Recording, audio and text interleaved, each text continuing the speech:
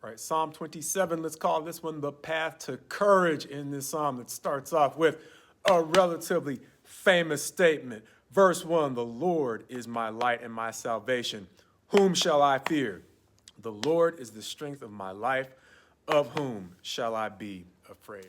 As David is going to go on to describe the way in which those who are unjustly arrayed against him are themselves about to fall. He's not going to dwell there, though. He is going to go on to talk about, once again, the place where he would like to dwell. Going back to the previous chapter, this chapter is going to say one thing he asks of God, and that is that he not simply be allowed to visit the house of the Lord, but that he have a permanent place in the house of the Lord so that he can take in its beauty, something that it's hard to do when you're just under stress. But when you are able to take in the beauty of a place, sometimes it goes along with a sense of peace that allows you to simply sit back and appreciate the things that it's not always easy to appreciate when you are always under attack. And so he's going to say, allow me to have a place in the house of the Lord that allows me to simply relax, take in its beauty, and inquire, presumably of even deeper levels of God's wisdom, as David is going to go on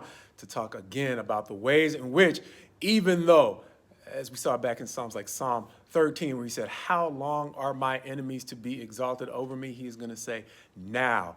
That situation is about to flip, and he is the one who is about to have his head exalted above his enemies, as he is going to go on to say that he is not simply focused on the things that he is requesting from God. Here, specifically, a permanent dwelling in the house of the Lord. He's going to talk about the thing or the things that God has asked from him, saying, God has said to him, seek my face. And David's going to say, my heart has said, your face I seek.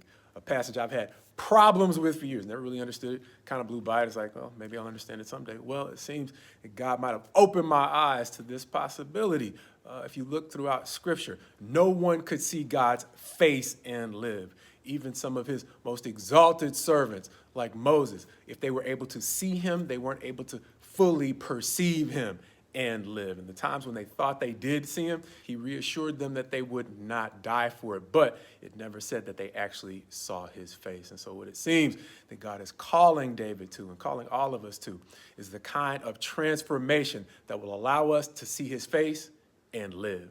The kind of transformation that is going to lead David to ask once again, God, please be gracious to me and merciful to me, and do not turn your face away from me, understanding that David appreciated the fact that he had the potential to make plenty more mistakes. But beyond that, he wasn't simply asking God to be gracious to him. He said, teach me your ways and lead me along your paths. That recurring theme that we're seeing not only through this set of 7 Psalms that we've seen before, as David repeatedly asks God not just to teach him his ways, but to guide him along the paths that'll eventually allow David to see God's face and live.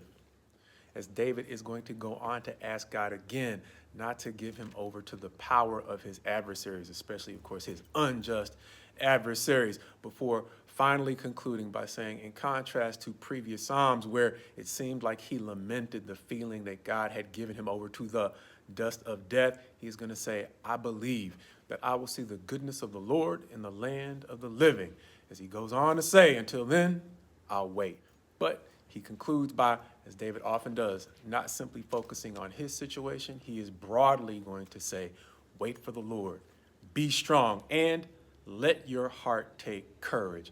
Thus, the title, The Paths to Courage. And the thing that seemed to catch my attention this time was the way in which our conditioning can prevent us from being able to simply take the courage that God makes available, because I had never really seen that whole concept of David saying, let your heart take courage, something I think he's going to mention again in Psalm 31, toward the end of Psalm 31. I always associated that with being courageous, meaning it's something that we actively have to do, but that's not what it says. It says be courageous. That seems to clearly implicate what we do, but it also says let your heart take courage, quite possibly the encouragement that God can send us, or the courage that God can send us divinely, but it may simply be the kind of courage or encouragement that he sends us through people. And the reason that conditioning seems so important to letting ourselves take courage is that we, I think, more and more exist in hostile environments. And part of our response to hostility is putting up defenses. And we've talked about it before. The whole concept of strongholds. They're not always bad. Sometimes they are necessary. But the difficult thing about strongholds is they are not always precise in the things that they exclude. And so to the degree we are conditioned by a hostile environment to raise up defenses that keep out not only enemies, but those who God might send us to help bring us courage, my prayer for you is my prayer for me. Not so much that God would tear down our legitimate defense systems, but that he would help us through his wisdom to develop smarter defense systems.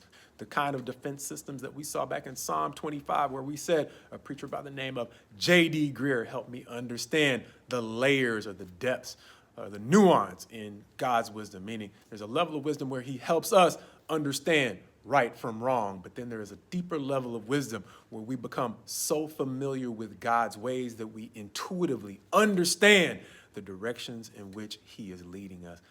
And so God's best to us as we go forward in him, seeking a deeper, more intuitive understanding of the ways in which God is leading us, especially as he is leading us into a better understanding of who it's safe to allow inside of, as opposed to who it's safer to keep outside of our defenses.